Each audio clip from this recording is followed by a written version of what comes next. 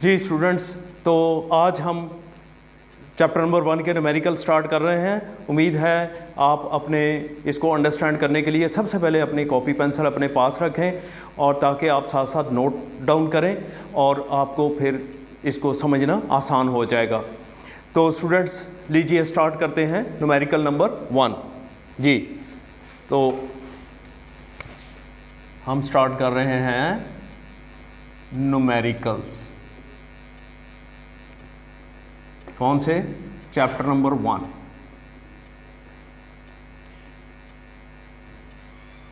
Chapter number 1 जी। तो first numerical कहता है कि sulphuric acid is king of chemicals. कौन नहीं जानता? क्या मतलब है इसका? कि इसका यूज़ हर इंडस्ट्री के अंदर होता है।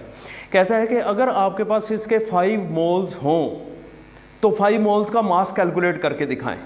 तो सबसे पहले गिवन डाटा में हम लिखेंगे number of moles.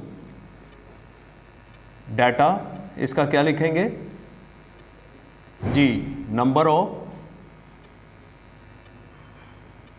Of moles कितने हैं? 5।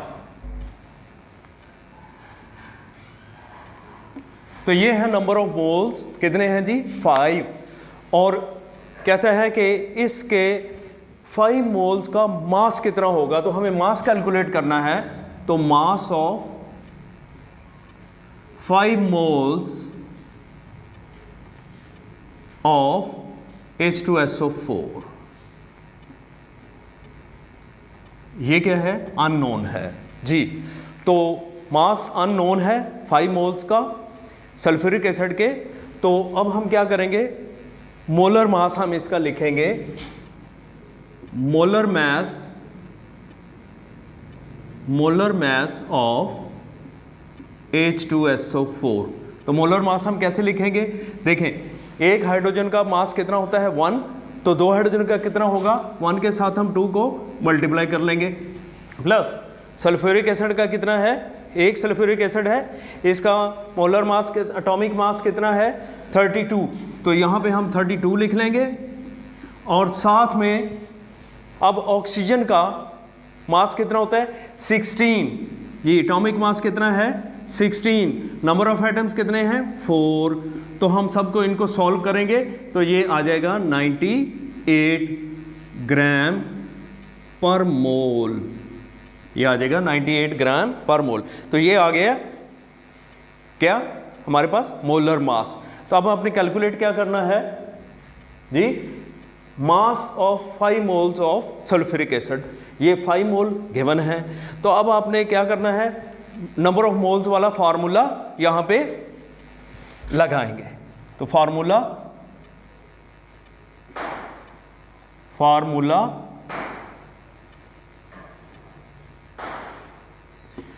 क्या है जी? Formula number of moles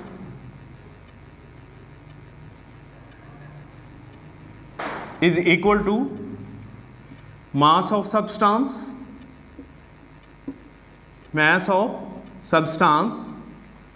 divided by molar mass तो अब हमने कैलकुलेट क्या करना है? Mass of sulphuric acid. Substance हमारे पास कौन सा है? Sulphuric acid. यस। तो अब हम क्या करेंगे? मास फाइंड करने के लिए मोलर मास को नंबर ऑफ मोल्स के साथ मल्टीप्लाई कर देंगे। तो हम लिखेंगे यहाँ मास ऑफ सल्फ्यूरिक एसिड लिख लें या फिर सब्सटेंस लिख लें, एक ही बात है। किसके इक्वल हो जाएगा? मास ऑफ सब्सटेंस किसके इक्वल है? Equal to number of moles. और मोलर मास क्या करेगा? नंबर ऑफ मोल्स के साथ ये नीचे से इधर जाके मल्टीप्लाई हो जाएगा। तो यहाँ आ जाएगा मोलर मास जी। अब आपके पास नंबर ऑफ मोल्स भी हैं और आपके पास मोलर मास भी हमारे पास मौजूद है। कितना? ये हमने फाइंड किया है 98 ग्राम पर मोल। अब हम वैल्यूज पुट करेंगे तो क्या आएगा? नंबर ऑफ मोल्स कितने हैं? 5 मल्टीप्लाइड बाय क्या है? मोलर मास कितना है 98 ग्राम पर मोल, 98 ग्राम पर मोल। अब हम क्या करेंगे, दोनों को मल्टीप्लाई कर देंगे, ठीक है सॉरी तो ये जो नंबर ऑफ मोल्स हैं वो यहाँ पे हम जानते हैं कि ये हमारे पास मोल्स हैं। आप यूनिट ज़रूर साथ लिखा करें। तो ये अब जो मोल है ये, क्योंकि ये असल में इसको हम ऐसे भी लिख सकते हैं, ये पर मोल या ऐसे पर मोल यानी डिवाइडेड बाय ये मोल है। तो मोल क्या होगा, मोल मोल के साथ ये कट जाएगा, बाकी क्या बच जाएगा ग्राम। और 98 को 5 के साथ हम मल्टीप्लाई कर देंगे, ये 98 ये 5 मल्टीप्लाई करेंगे, 8 4 ज़ार 8 5 ज़ार 40, 4 कैरी किया तो 4 9 ज़ार 45 और 4 इसमें ऐड कर दें तो क्या आ जाएगा 490, ठीक है। अब ये देखें हमारे पास क्या बच गया जी, यानी ग्राम यूनिट बच गया, मोल मोल के साथ कट गया। तो अब हम यहाँ लिखेंगे 490 ग्राम और यही हमने फाइंड करना था। आंसर के साथ ज़रूर ये लिखा करें कि हमने जो फाइंड किया है, यानी मास ऑफ 5 मोल्स ऑफ H2SO4, ये हमारा आंसर है। तो ये बेटे देखा होगा आपने कि किस तरह हमने इसको बहुत इजीली, अगर आपको ये फार्मूला आता है तो आप इसको या तो सब्सटेंस फाइंड करना आ जाएगा या फिर नंबर ऑफ मोल्स। अब नंबर ऑफ मोल्स उसने गिवन थे तो नंबर ऑफ मोल्स गिवन थे, आपने मास फाइंड करना था तो जो डिवाइड हो रही है वो इस दूसरी इक्वेशन की दूसरी साइड पे जाके क्या हो जाएगी, मल्टीप्लाई हो जाएगी। तो मोलर मास को नंबर ऑफ मोल्स के साथ हमने नंबर ऑफ मोल्स के साथ मोलर मास को क्या किया, मल्टीप्लाई कर दिया। अब हम इनकी वैल्यूज़ पुट कर देंगे। 5 मोल्स हमारे पास मौजूद हैं, हमारे पास मोलर मास मौजूद है, तो दोनों को मल्टीप्लाई करके मोल नीचे है ऊपर भी मोल है तो मोल मोल के साथ कट जाएगा, बाकी क्या रह जाएगा ग्राम। तो हमने क्योंकि मास फाइंड करना था तो मास का यूनिट क्या है ग्राम, ठीक है। तो स्टूडेंट्स उम्मीद है इंशाल्लाह ताला आप अगर ये साथ आप पेंसिल और पेन रखें कॉपी के साथ और नोट करते जाएं, इंशाल्लाह ताला आपको ये फिर खुद जब आप सॉल्व करेंगे इसको बार बार सॉल्व करें तो आपके लिए ये और आसान हो जाएगा। और अब हम स्टार्ट करते हैं सेकंड न्यूमेरिकल जी। तो सेकंड न्यूमेरिकल में नंबर 2, ठीक है। सेकंड न्यूमेरिकल में क्या कहता है कि calcium carbonate is insoluble in water. Calcium carbonate हम किसे कहते हैं, ये जो चूने का पत्थर होता है जैसे मार्बल भी हम कहते हैं, ठीक। तो कहता है कि ये पानी में ना हल पजीर है, लेकिन इस बात का इस न्यूमेरिकल से कोई तल्लुक नहीं है। अब कहता है कि अगर हम इसके 40 ग्राम लें तो कितने कैल्शियम और कितने कार्बोनेट आयन जो होंगे वो इसमें प्रेजेंट होंगे 40 ग्राम के अंदर। यानी कहने का मकसद है कि इसने नंबर ऑफ पार्टिकल्स पूछ लिए हैं। तो नंबर ऑफ पार्टिकल्स का हमने फार्मूला ऑलरेडी हम चेक कर चुके हैं, अब ये यहाँ भी चेक करें कि सबसे पहले हम क्या करेंगे, गिवन डाटा लिखेंगे। यानी गिवन क्या है, the mass of calcium carbonate, ठीक। गिवन मास कितना है 40 ग्राम, ये 40 ग्राम इसका गिवन मास है। और अब हम क्या करेंगे, इसका मोलर मास हम खुद फाइंड कर लेंगे। तो molar mass of calcium carbonate कितना है जी मोलर मास, हाँ जी कैल्शियम का कितना होगा 40, ठीक है। मैं यहाँ लिख देता हूँ 40 ग्राम कैल्शियम का एक एटम का, और एक कार्बन एटम का कितना होगा जी, हम जानते हैं 12 ग्राम, यानी एटॉमिक मासेस हम इनके ऐड कर लेंगे। और ऑक्सीजन का कितना है 16, यस। कितने नंबर ऑफ एटम्स हैं, नंबर ऑफ 3 एटम्स। तो जब हम इनको सॉल्व कर लेंगे तो ये आ जाएगा पूरा 100 ग्राम। अब ये क्योंकि ये क्या है इसका मोलर मास, तो पर मोल होता है इसकी वैल्यू, ये हम पर मोल कैलकुलेट करते हैं। ठीक है, आप डिवीजन साइन यहाँ पे डाल दें या यहाँ पे पावर नेगेटिव लिख दें, एक ही बात है। अच्छा, ये तो है गिवन डाटा। अब हमने असल में इसमें अब हम फाइंड क्या करना चाहते हैं कि नंबर ऑफ कैल्शियम आयन कितने होंगे 40 ग्राम में, number of calcium ions in 40 gram calcium carbonate. ठीक, यहां पे क्वेश्चन मार्क लगाएंगे। और दूसरा क्वेश्चन है number of carbonate ions in 40 gram calcium carbonate. ये भी अननोन है। ठीक है, हमने गिवन डाटा देख लिया और उसने पूछा क्या है कि 40 ग्राम में कितने कैल्शियम आयन और कितने कार्बोनेट आयंस होंगे। तो उसके लिए हमें क्या करना पड़ेगा, सबसे पहले नंबर ऑफ मोल्स फाइंड करेंगे और नंबर ऑफ मोल्स जो फाइंड हो जाएंगे उसको हम एवोगैड्रोस नंबर से मल्टीप्लाई कर देंगे, तो हमें कैल्शियम कार्बोनेट के फार्मूला यूनिट्स हमें मिल जाएंगे। जब कैल्शियम कार्बोनेट के फार्मूला यूनिट मिलेंगे उससे हम नंबर ऑफ आयंस फाइंड कर लेंगे। ठीक है, कैसे अभी देखते हैं। तो सबसे पहले number of moles of calcium carbonate 40 gram, number of moles in 40 gram calcium carbonate. ठीक है, तो नंबर ऑफ मोल्स फाइंड करने के लिए क्या करेंगे हम, गिवन मास हम we already know, given mass data में लिख चुके हैं 40 ग्राम, ये हम ऊपर मेंशन करेंगे, डिवाइडेड बाय मोलर मास। अब यहाँ पे direct number of formula units find करने हैं, नंबर ऑफ मोल्स अगर फाइंड करने हैं फिर तो आप इन दोनों को डिवाइड कर दें। ठीक है, ये मतलब एक मेथड है। इसका दूसरा मेथड भी है कि डायरेक्ट आप नंबर ऑफ फार्मूला यूनिट्स भी फाइंड कर सकते हैं और एन से मल्टीप्लाई कर देंगे।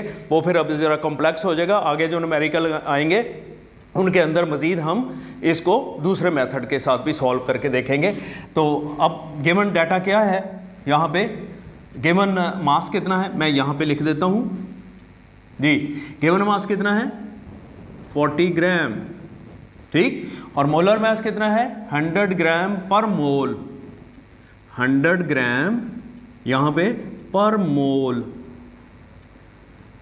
ये ऐसे भी मैं लिख सकता हूँ, मैं इसको इस तरह भी लिख सकता हूँ ग्राम पर मोल। ठीक है, मैं इसको इस तरह भी लिख सकता हूँ, साथ साथ स्क्रीनशॉट बेशक लेते जाएं, इस तरह ग्राम पर मोल ऐसे। ठीक है, अब मैं क्या करूँगा, इन दोनों को डिवाइड कर दूँगा। जब डिवाइड करूँगा तो मेरे पास आ जाएगा 40 से क्या 10 से और 2 4 ज़र और 2 5 ज़र। ठीक है, बाकी क्या बच गया 2 डिवाइडेड बाय क्या बचा 5। अब 2 को 5 से डिवाइड करेंगे हम जी, 5 नहीं जाएगा, छोटा डिजिट है, तो हम यहाँ पे क्या लगाएंगे, यहाँ पे एक पॉइंट लगा लेंगे, यानी इसको 20 बना लेंगे। तो ये बन जाएगा 5 4 ज़र 20। तो इसका मतलब ये हुआ कि इसका आंसर क्या आएगा 0.4 ग्राम। ठीक है, 0.4 मोल्स आ जाएंगे। ये क्या हमने फाइंड किए हैं, नंबर ऑफ मोल्स कितने आ गए हमारे पास 0.4। ठीक है, मैं यहाँ साथ भी लिख देता हूँ, कोई हर्ज नहीं, 0.4 मोल आ गए। क्योंकि 1 से कम वैल्यू है, हम यहाँ मोल्स नहीं लिख सकते, हम मोल लिखेंगे। अब इसके बाद हम क्या करेंगे, अब हम फार्मूला यूनिट्स फाइंड कर सकते हैं।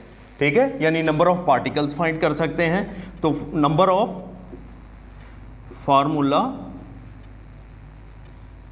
फार्मूला यूनिट्स कैसे फाइंड करेंगे, किसके, इन 40 ग्राम कैल्शियम कार्बोनेट, ठीक। तो क्या फार्मूला बनेगा, यहां से number of moles multiplied by क्या आ जाएगा, एवोगैड्रोस नंबर Na, ठीक है।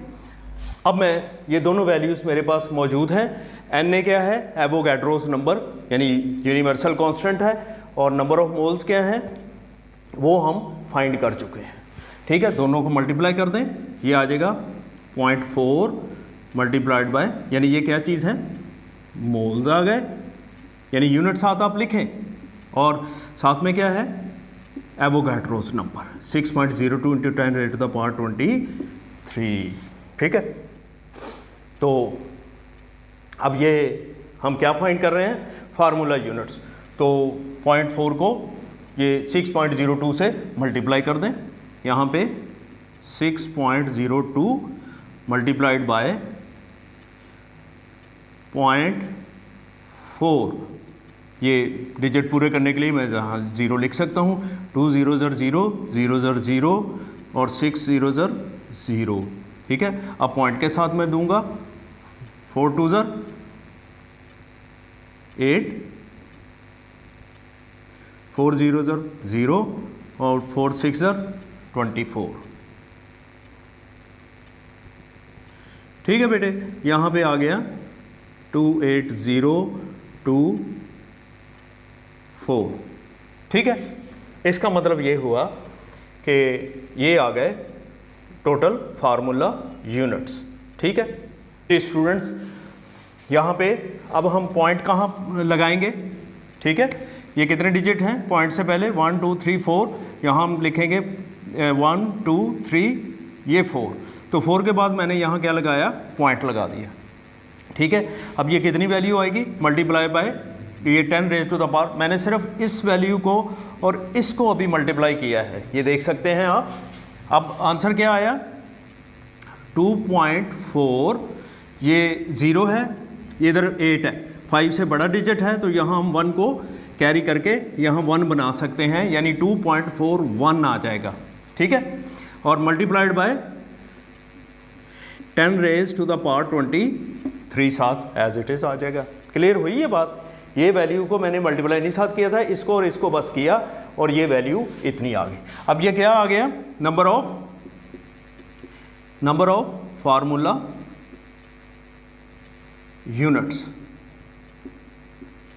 किसके, ऑफ CaCO3 के आ गए, ठीक है बेटे। और अब हम ये हमारा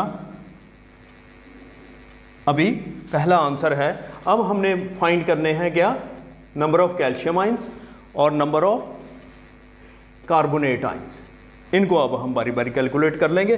तो नंबर ऑफ कैल्शियम आयन हम सबसे पहले देखेंगे ratio between calcium ions, ratio between calcium ions to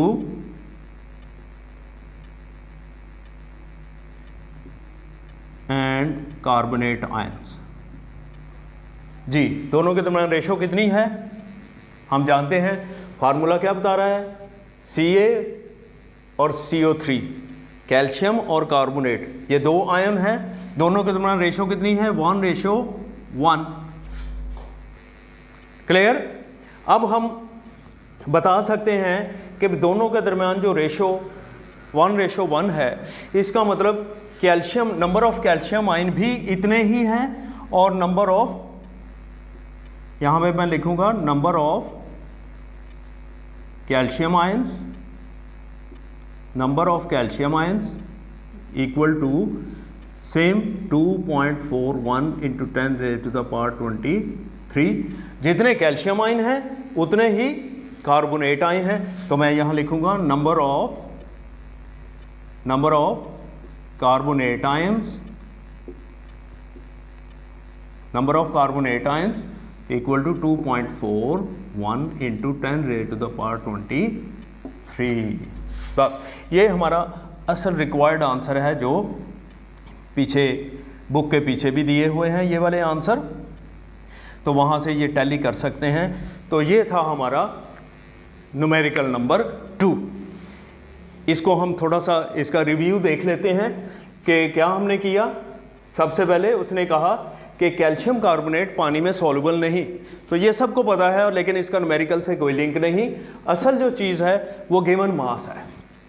calcium carbonate का गिवन मास कितना है? 40 ग्राम। तो मोलर मास कितना है वो हमने फाइंड कर लिया, एटॉमिक मासेस को ऐड किया तो ये मोलर मास आ गया। अब मोलर मास के लिए अब हमने क्या करना है, नंबर ऑफ मोल्स फाइंड करने थे। क्या करने थे? Number of moles. कितने में? 40 ग्राम ऑफ कैल्शियम कार्बोनेट। तो फार्मूला क्या बताता है हमें? Given mass over molar mass. मैंने गिवन मास, ये गिवन मास है, ठीक है, और नीचे यहाँ पे ये मोलर मास है। मैंने ये given mass over molar mass, इसको मैंने डिवाइड किया तो ये आ गया 0.4 मोल, ठीक है। क्योंकि 1 से कम वैल्यू है इसलिए यहाँ हमने मोल्स नहीं लिखा, मोल लिखा है। 1 से कम वैल्यू है, अगर 1 से ज़्यादा हो फिर हम नंबर ऑफ मोल्स यानी प्लूरल लिखेंगे। उसके बाद मैंने क्या किया, इसमें फार्मूला यूनिट्स फाइंड किए। फार्मूला यूनिट्स फाइंड करने का क्या मेथड है? नंबर ऑफ मोल्स जो आपने फाइंड किए हैं इसको Na के साथ मल्टीप्लाई कर दें। तो ये मैंने कर दिया 0.4 को एवोगैड्रोस नंबर से मल्टीप्लाई करके, ये मेरे पास आंसर आ गया। ये मैंने इसको मल्टीप्लाई भी किया, ये आ गया 2.41 sorry 10 raised to the power 23। अब क्योंकि जो कैल्शियम आयन और कार्बोनेट आयन के दरमियान जो रेशो है, जितने कैल्शियम आयन उतने ही कार्बोनेट आयन, तो रेशो क्या आ गई? 1:1। तो जितने कैल्शियम आयन है उतने ही कार्बोनेट आयन है, तो लिहाजा दोनों के आंसर सेम हैं, जितने कैल्शियम आयन उतने ही कार्बोनेट आयन। क्लियर हो गया ये पॉइंट? अब आप इसका बेशक स्क्रीनशॉट ले लें तो हम फिर आगे चलते हैं।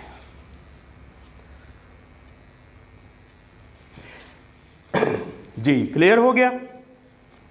अब इंशाल्लाह उम्मीद है ये आपको समझ आ गया होगा, और don't forget to subscribe and like this channel. Thank you very much.